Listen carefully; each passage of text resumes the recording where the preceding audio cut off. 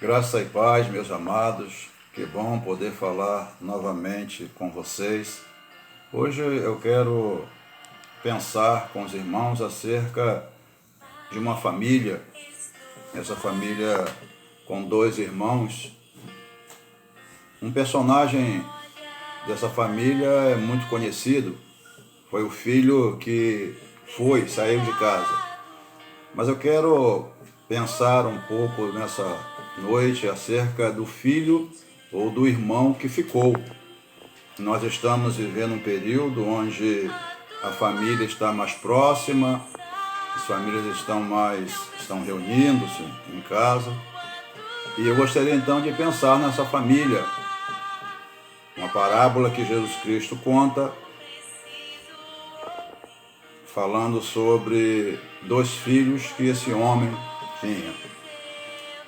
E o texto que eu quero ler com os amados se encontra em Lucas, capítulo 15, versículo 25, que diz: Ora, o filho mais velho estivera no campo, e quando voltava, ao aproximar-se da casa, ouviu a música e as danças.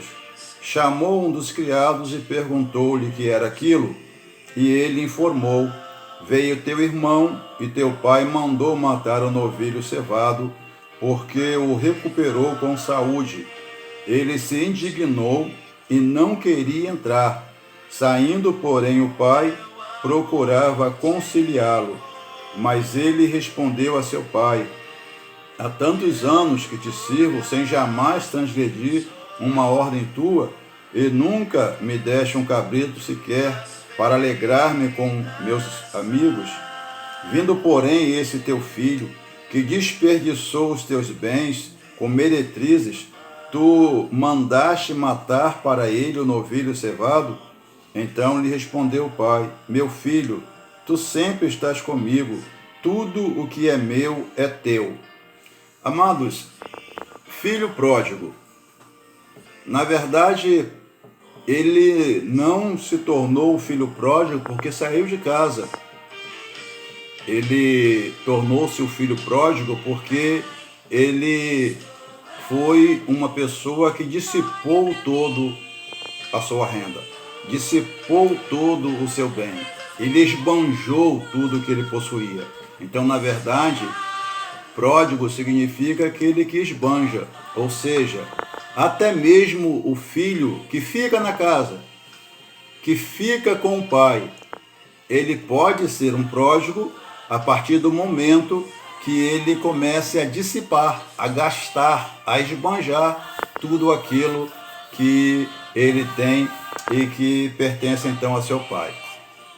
Aqui no Ocidente é comum que os filhos com os pais em vida comecem a mencionar acerca de herança. Na verdade, esse filho, por ser o mais novo, ele não poderia pedir a herança ao seu pai. Por quê? Porque o seu pai estava vivo e ele não era o mais velho. Então, mas esse pai, Jesus, quando conta essa parábola, vai trazer ou deixar-nos transparecer ser Deus, aquele que, na verdade, dá o livre-arbítrio ao homem para escolher suas decisões. Então, esse filho, que é mais jovem, mais novo, então pegou parte que não lhe era de direito, porque para isso ele teria que estar matando o seu pai, ou seu pai morrer. Mas quando ele pede então essa herança, ele está dizendo para o seu pai que seu pai havia morrido. Ele estava abandonando tudo e saindo para viver uma nova vida. Então, naquele contexto, um filho mais novo pedir uma herança ao seu pai em vida era como dizer: você morreu para mim. Mas ele foi, a história desse filho que foi, se tornou bem conhecida. Mas eu quero pensar então acerca do filho que ficou. Um homem que não tinha experiência com seu pai.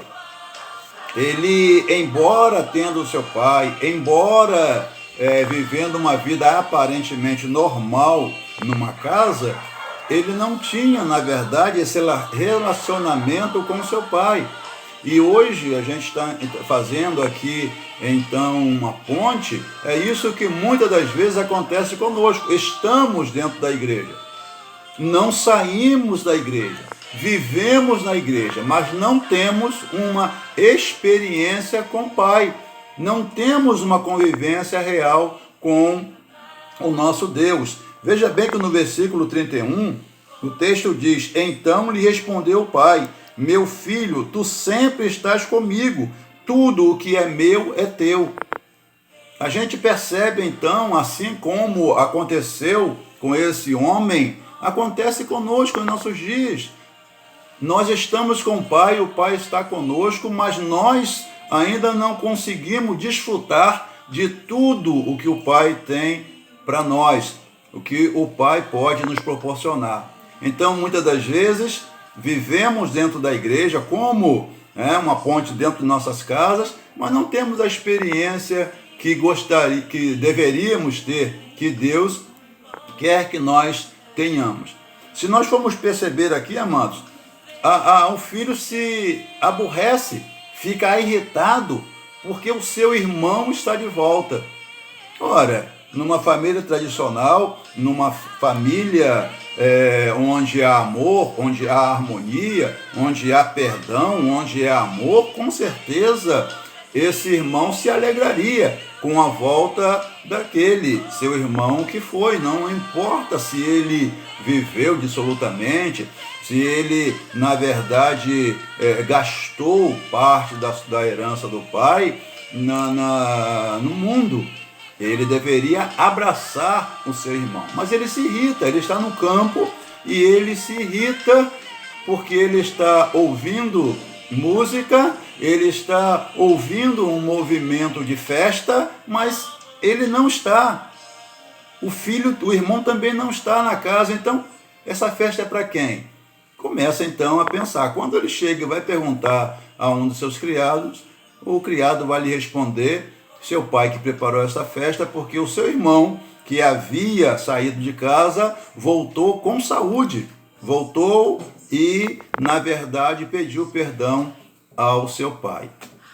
A gente vê, então, que tristeza que deve nos dar, enquanto pai, enquanto família, de um irmão que não tem saudade do seu irmão, que não tem a preocupação, que nunca saiu de sua casa para procurar o seu irmão, que estava perdido no mundo, ficou dentro de casa, satisfeito com aquela vida, sem se preocupar com o seu irmão. E eu quero então fazer uma reflexão rapidamente acerca desse acontecimento. Comece a pensar então, meu amado e minha amada, onde está aquele seu irmão, aquela sua irmã que esteve com você na casa de Deus, que na verdade servia a Deus contigo, e vocês se alegravam, ouviam músicas, entoavam louvor ao Senhor. Mas hoje esse seu irmão já não está mais na casa do pai, abandonou o pai, deixou e foi para o mundo, e na verdade estão também lá perdidos, sem referência. Qual tem sido a nossa preocupação? Qual tem sido a sua preocupação com o seu irmão que você já não vê? Estamos fazendo como esse irmão que nunca se preocupou em procurar uma notícia de onde e como está o seu irmão fora da casa do pai? Então, meus amados, em nome de Jesus, vamos pensar. Nós estamos na casa como esse filho. Estamos com o pai, mas onde está o irmão, aquele que disse: eu estou abandonando o pai, eu estou deixando a minha casa, não quero viver mais com você, meu irmão, eu vou para o mundo. Onde estão essas pessoas? Qual tem sido a sua preocupação com esse seu irmão que está desgarrado? Veja bem, amados, que o texto fazendo uma ponte entre esses dois irmãos. Quando esse que havia deixado a sua casa retorna, o versículo 22 diz: O pai, porém, disse aos seus servos: trazei depressa a melhor roupa, vestiu, ponde-lhe um anel no dedo e sandália nos pés. Olha que coisa maravilhosa. Tanto o que saiu quanto o que ficou, eles precisavam desses utensílios, dessas vestimentas. Eles precisavam. Deixe-me rapidamente falar sobre a roupa. Quando esse filho que desgarrado pelo mundo, ele retorna, o seu pai manda lhe trazer uma roupa nova. Por quê? Porque quando nós chegamos na presença de Deus, o Senhor nos trata como um príncipe, porque Ele é o rei. E Ele então quer nos dar essa roupa. Muitas das vezes estamos dentro de nossas casas, estamos na igreja, mas não usamos essa roupa. Continuamos com aquela vestimenta suja, empoeirada, e não pegamos a vestimenta de príncipe que nós somos, ou de princesa.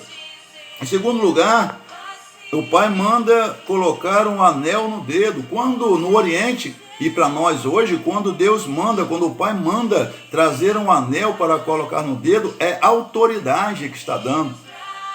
Quem usa o anel do pai, quem usa o anel do rei, está mostrando para todos que tem poder, que deve ser reconhecido pelos demais.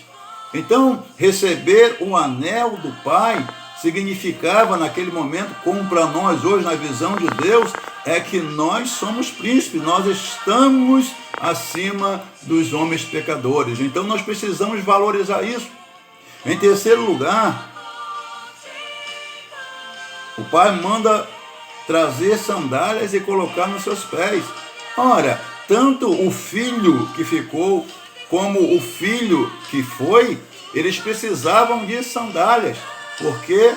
Porque os caminhos que nós temos andado têm nos empoeirado. A Bíblia diz que há caminho que ao homem parece bom, parece certo, parece direito, mas o seu fim levará à morte. Então o Pai, Ele tem para nós uma sandália. Então essa sandália significa que os caminhos que nós temos andado nos sujou, nos contaminou. Então nós precisamos receber do Pai essa sandália, esse calçado, para que a gente possa então andar em Cristo, ou seja, andar no caminho. Então, meu amado e minha amada, eu quero finalizar essa mensagem dizendo para você, levando-o a refletir a experiência que você tem tido com o Pai em sua casa. E a outra é a experiência que você tem tido com o seu irmão que está no mundo, que não retornou. Você está fazendo como esse irmão que não se preocupa com aquele que saiu, que partilhava com você na casa do Pai, mas hoje está afastado. Você tem orado por ele, você tem procurado informações sobre ele, você tem mandado mensagem para que ele retorne à casa do Pai. Em segundo lugar, então, para finalizar, o Pai diz, tudo que é teu é meu, tudo que é meu é teu. Nós temos desfrutado daquilo que é de Deus e que Ele coloca à nossa disposição para trabalharmos em prol do teu reino, ou como esse filho, junto com o Pai, dentro da casa, mas sem experiência nenhuma com o Pai. O Pai ama aqueles que estão fora da casa, aqueles que estão no mundo, como ama aqueles que estão na casa, que continua com Ele, porque Deus quer salvar a todos. Que a gente, então, se preocupe com o irmão que está desgarrado. Que Deus abençoe os amados, em nome de Jesus.